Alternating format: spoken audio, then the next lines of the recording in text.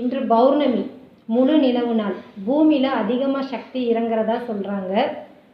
உதாரணத்துக்கு கடல் அலையின் சீற்றத்தை சொல்கிறாங்க.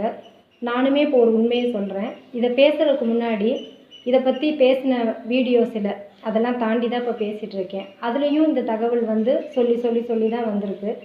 அது அடிக்கடி சொல்கிற பட்சத்தில் எந்த அளவுக்கு சக்தி அப்படியே என்னோடய தலைப்பகுதிக்குள்ளே இறங்குனதை என்னால் ஃபீல் பண்ண முடிஞ்சிச்சு அப்படின்றத நான் உங்களுக்கு இதில் சொல்லியிருக்கிறேன். அது மூலமாகவே அது எந்த அளவுக்கு உண்மைன்றதை நமக்கு புரிய வரும்.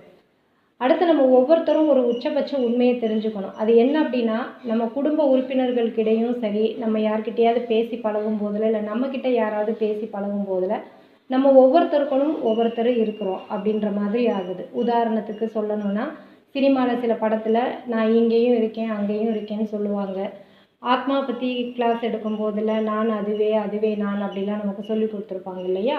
அதுபடி பார்க்கும்போதில் நம்ம ஒவ்வொருத்தருக்குள்ளேயும் அவங்களும் இருக்காங்க, அவங்க ஒவ்வொருத்தருக்குள்ளேயும் நம்மளும் இருக்கோன்றது நமக்கு புரிய வருது.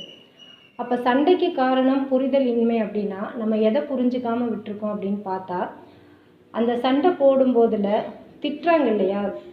அப்போ நமக்குள்ளே இருக்க அவங்கள தான் அவங்க திட்டிக்கிறாங்க. சில நேரம் நம்மளை பாராட்டும் போதில் நமக்குள்ளே இருக்க அவங்கள தான் அவங்க பாராட்டிக்கிறாங்க. இதே தான் நம்மளும் செய்கிறோம். அவங்களுக்குள்ளே இருக்க நம்மளை தான் திட்டிக்கிறோம், அவங்களுக்குள்ளே இருக்க நம்மளை தான் பாராட்டிக்கிறோம். பள்ளியில் படிக்கும் போதில் தீதும் நன்றும் பிற தர வாரா அப்படின்னு சொல்லியிருப்பாங்க இல்லையா? இதை ஒவ்வொருத்தரும் இந்த வார்த்தையை மட்டும் கேட்டு அதே நோக்கத்தோடு பார்த்தா செயற்கையான மனநிலையில் அதை பார்க்குற மாதிரி இருக்கும்.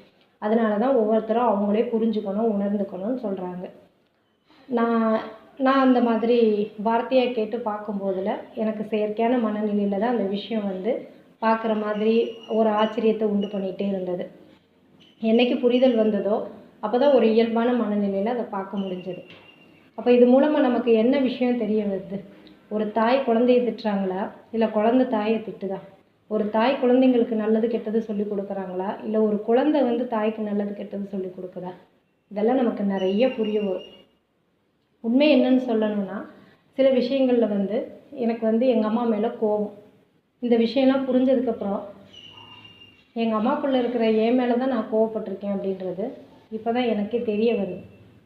ஆனால் அதெல்லாம் தாங்கி அவங்க கடமையை அவங்க சரியாக செஞ்சாங்க இல்லையா? இந்த பௌர்ணமி நல்ல நாளில் அப்படிப்பட்ட தாயை நான் வணங்குறேன். அவங்களுக்கு ஏகப்பட்ட நன்றியை நான் சொல்கிறேன். அடுத்து பார்த்தோம் அப்படின்னா, என்னோடய குழந்தைங்க நிறைய அவங்களுக்கு நல்லது கெட்டது நான் சொல்லிக் கொடுக்குற மாதிரி இருக்குது. எனக்கு என்னமோ நான் பெரிய ஜீனியஸ் மாதிரி தோணுது. அப்போ அதுக்கு காரணம் என்னோடய குழந்தைங்க தான் எனக்குள்ளே இருந்து நல்லது கெட்டது எனக்கு சொல்லித்தராங்க. அப்படிப்பட்ட குழந்தைங்க எனக்கு கிடைச்சதுக்கு நான் அந்த இறைவனுக்கு நன்றியை சொல்கிறேன். என் குழந்தைங்களுக்கு ரொம்ப ரொம்ப நன்றியை நான் சொல்லிக்கிறேன். இது நம்ம ஒவ்வொருத்தரும் உணரணும். இது தாய் குழந்தைகள் உறவுன்னு மட்டும் இல்லை, நிறைய விஷயத்தில் இந்த மாதிரி உணர்ந்து நம்ம நன்றி செலுத்த வேண்டியது இருக்கும். பெரும்பாலும் ஆன்மீகத்தில் மன்னித்தல் நன்றின்னு சொல்கிறாங்க இல்லையா? ஆன்மீகம் போகும்போது இந்த மாதிரி உணர்தல்கள் நிறைய கிடைக்கும். அதனால தான் நன்றியையும் மன்னித்தலையும் திரும்ப திரும்ப சொல்கிறாங்க. சரி, நன்றிக்கு உதாரணம் சொன்னோம், மன்னித்தல் ஏன் சொல்லப்பட்டிருக்கு? ஒரு விஷயம் நல்லா தெரிஞ்சுக்கோங்க. மன்னிப்புன்றதை ஏன் முக்கியமாக சொல்லியிருக்காங்க அப்படின்னா, அந்த உணர்தலில் நம்ம கூட இருக்கிறவங்க நமக்கு என்ன மாதிரி எண்ணங்களால் விஷயங்கள் பண்ணியிருக்காங்கன்னு அக்கு வேறு ஆணி வேற நமக்கு தெரிய வரும். அதுக்காக நம்ம கூட இருக்கிறவங்கள நம்ம வெறுக்க முடியுமா? ஆன்மீகத்தில் ஈஸியாக உடல்னா என்ன, மனம்னா என்ன, எண்ணங்கள்னா என்ன, உணர்வுகள்னா என்ன, தெய்வ சக்தி அந்த இறை சக்தினா என்ன அப்படின்ற உணர்த்திடுவாங்க. ஈஸியான ஆர்வம் உள்ளவங்களுக்கு அப்படி உணர்கிற பட்சத்தில் நமக்கு இந்த விஷயம்லாம் தெரியும். அப்போ தான் நம்ம கூட இருக்கிறவங்கலாம் இந்த மாதிரி நமக்கு பண்ணியிருக்காங்களேன்னு தெரிய வரும். நம்ம உறவினர்கள்லாம் இப்படி பண்ணியிருக்காங்களே, நம்ம கூட இருக்கிற முக்கியமான உறவுகள்லாம் இப்படி பண்ணியிருக்காங்களேன்னு தெரிய வரும். அப்போ அவங்கள நம்ம திட்டணும்னு தோணுமா? அங்கே திட்டுற மனநிலை இருக்காது. ஏன்னா மனதுக்கு பயிற்சியை கொடுத்து, மனதுக்கு உறுதியை கொடுத்து, அப்படிப்பட்டவங்களை மன்னிக்கணும் அப்படின்ற அளவுக்கு நம்ம மனநிலையை பக்குவப்படுத்திடுவாங்க. ஏன்னா அவங்களுக்கு தெரியும், அவங்களுக்கு இது கடமை, அவங்க கூட அவங்க இருந்தாகணும், அவங்கள அவங்க வெறுத்துறக்கூடாதுன்றதுக்காக மன்னித்தல் அப்படின்ற விதியை திரும்ப திரும்ப திரும்ப திரும்ப அவங்க நமக்கு சொல்லி கொடுக்குறாங்க. இப்போ ஒரு விஷயம் நிறைய பேர் தெரிஞ்சுக்கோங்க. எந்தவித எதிர்பார்ப்பும் இல்லாமல் யாருன்னே கண்ணுக்கு தெரியாத ஒருத்தருக்கு சில பேர் உதவி பண்ணுறாங்க அப்படின்னா அவங்க தான் உண்மையாகவே இறைவனை உணர்ந்தவங்க. தனக்குள்ளே இருக்கிற இறைசக்தி அங்கேயும் இருக்குது. அது ஏதோ ஒரு விஷயத்துக்கு சிரமப்பட்டுருக்கு, நம்மளால் உதவி பண்ண முடியுது, அப்போ இறைவன் நம்மளுக்கு உதவி பண்ணுற சூழ்நிலையை உருவாக்கி கொடுத்துருக்குறான் அப்படின்னு எந்த எதிர்பார்ப்பும் இல்லாமல் உதவி பண்ணுறாங்க பார்த்தீங்களா, அவங்க தான் உண்மையான இறைவனை உணர்ந்தவங்க.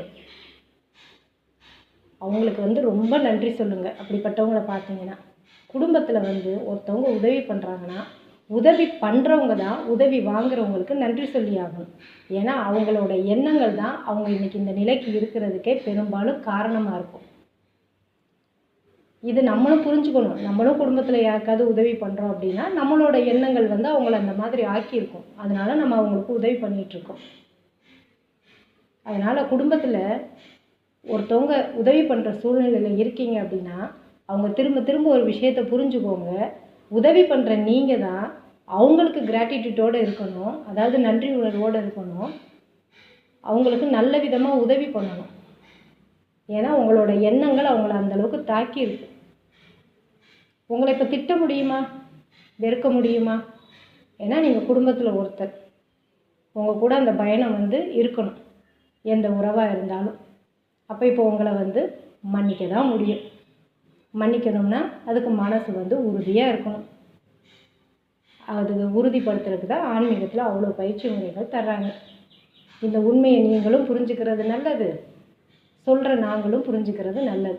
அப்போ தான் அந்த உதவி பண்ணுற சூழ்நிலை வரும்போதில் நான் தான் பண்ணுறேன் அப்படின்னு ஒரு இது இல்லாமல் ஒரு அன்போட பண்போடு அந்த உதவியை நம்மளால் செய்ய முடியும். அடுத்து ஒரு முக்கியமான விஷயம் என்ன அப்படின்னா, இதை அப்படியே கண்டினியூ பண்ணி நான் அடுத்த வீடியோவில் சொல்கிறேன். நேரம் அப்படின்ற ஒரு விஷயத்துக்காக அடுத்த வீடியோ.